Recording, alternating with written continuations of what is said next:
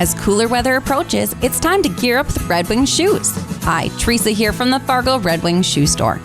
Keep your feet warm, dry, and comfortable this season with our premium selection of work boots designed for the toughest conditions.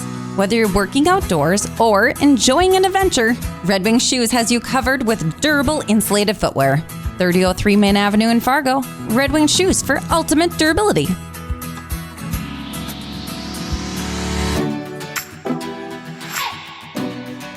Good morning, everyone. Happy Wednesday. It is November 19th.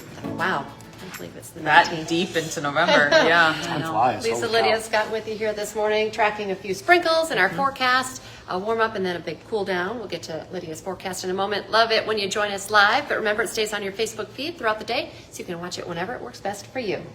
All right, let's take a look at that forecast today, Lydia. Things, mild with some rain out there too. At least it's rain, Yeah. right? Living on borrowed time. We still haven't seen our first snow of the season so far in Fargo, which is interesting because today's date last year, November 19th, 2024, was our first snow of last year's winter season. So we're later than last year.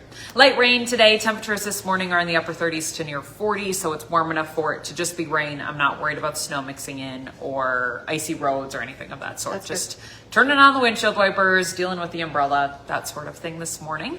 We continue to send the rain off to the east as we head throughout the day. So winding down in North Dakota by lunchtime, closer to about 2-3 o'clock for my Minnesota counties as the kids head home from school. And then your evening commute, say 4 or 5 o'clock, does look drier outside of, maybe a leftover sprinkle or a patch of drizzle, that sort of thing.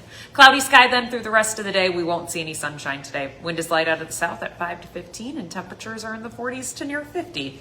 Not bad, just a little bit on the soggy side. And obviously chilly rain too, especially this morning. Tomorrow we wake up with clouds, but we'll get rid of those throughout the day and sunshine takes over for your Thursday afternoon. It'll be nice to see some sun. We had peaks of sun yesterday, was that? Tuesday? Yeah. Probably. What day is it? But mostly cloudy skies here throughout a good portion of the week. And again, today looks very gray, so it'll be nice to add in some sunshine for tomorrow. With that clear sky, though, which sticks with us into Friday, our temperatures are going to drop by Friday morning. We're going to wake up teens and 20s on Friday morning. Chilly. Quickly boost it back up into the 40s, some spots close to 50 with a good deal of sunshine for your Friday. It looks like a pretty decent November day. Weekend itself looks even warmer. We're near 50 for the weekend. Mid to upper 40s on Saturday, closer to 50 on Sunday. Not much for windy there. Looks like a good 10 to 15. A slight breeze, but not terribly windy. And that's kind of it. That's the last of it for a while, because then the big pattern change comes around Thanksgiving where we see temperatures drop.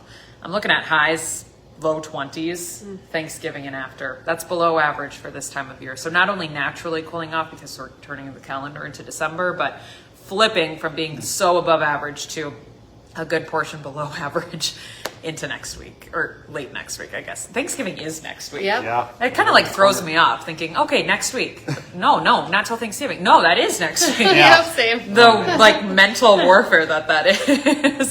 So yes, turning colder late next week and into next weekend. Those days after Thanksgiving is where I'm really seeing this colder air.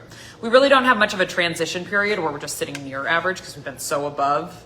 And then we're going so below, it just drops pretty suddenly. There's a chance at a little rain or snow right around Tuesday of next week. Doesn't look to be a big moisture maker. Probably no big impacts on travel for Thanksgiving, but we'll watch it. Car still works when it's cold outside, so I'm thinking Thanksgiving travel should be okay. We'll, of course, keep eyes on what happens, and especially thereafter, because it looks like we're going to finish November with no snow, depending on what happens on Tuesday. But it looks like we're going to finish November with no snow, which then puts us somewhere in the top 10 for the latest first snow on record. Okay. All right, sounds good. That is all. Thanks, guys. Thanks. All right, well, new this morning, firefighters had to go back to the scene of a massive grain elevator fire in Mayville overnight to deal with some flare-ups. The original fire happened Saturday night. This morning, we talked with the Mayville fire chief, who says they were back on scene from about 11 last night until 4:30 this morning. Some wood had fallen on top of a pile of sunflower seeds that was still burning and caught fire. Firefighters wanted to make sure that the embers from the wood did not escape and threaten nearby homes. Mayville Fire says that we may expect small flare-ups over the next few days, so today's not going to be the only day. Yeah. All right, federal prosecutors tell WDAY that they cannot say for sure if a man from the Spirit Lake Reservation arrested for the murder of his brother is also responsible for the disappearance of his girlfriend. 26-year-old D'Angelo Hunt is accused of beating his older brother Isaac to death during a fight at their father's home last year. His brother's remains were found nearby over the weekend. D'Angelo's girlfriend and mother of his child, Gemini Posey, went missing about 2 months before Isaac did.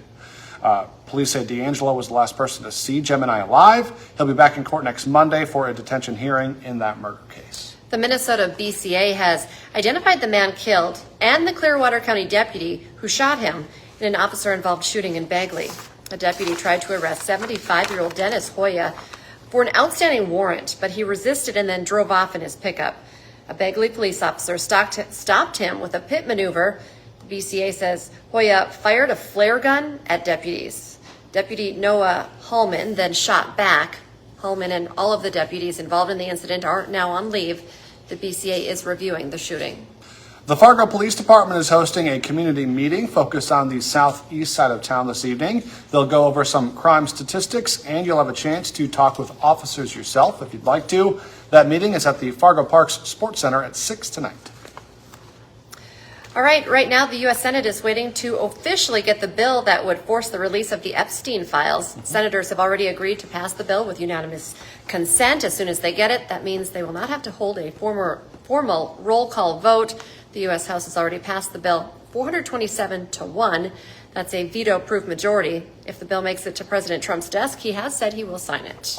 The Bison take the court tonight live on WDAY Extra. NDSU is welcoming the Jamestown Jimmies to town. You can watch that game live starting tonight at 7 o'clock. Today on Hot Mic with Dom Izzo, it's a game 38 years in the making for Moorhead. You'll meet one of the Spuds who won a state football title back in 1987. Plus, Breckenridge is back in the football title game for the first time in 30 years. How the Cowboys are prepping for a showdown with Minnesota. Hot Mic is live from 9 to 11 on WDAY Extra and streaming on Inforum.com. And don't forget, for just 99 cents a month for your first 3 months, get an all-access pass to our website, Inforum.com. You can go to Inforum.com/subscribe to get that deal. Join us for our next newscast. It's coming up at 11 this morning and then this afternoon starting at 4, 5, 6, 9, and 10. Have a great day, everyone.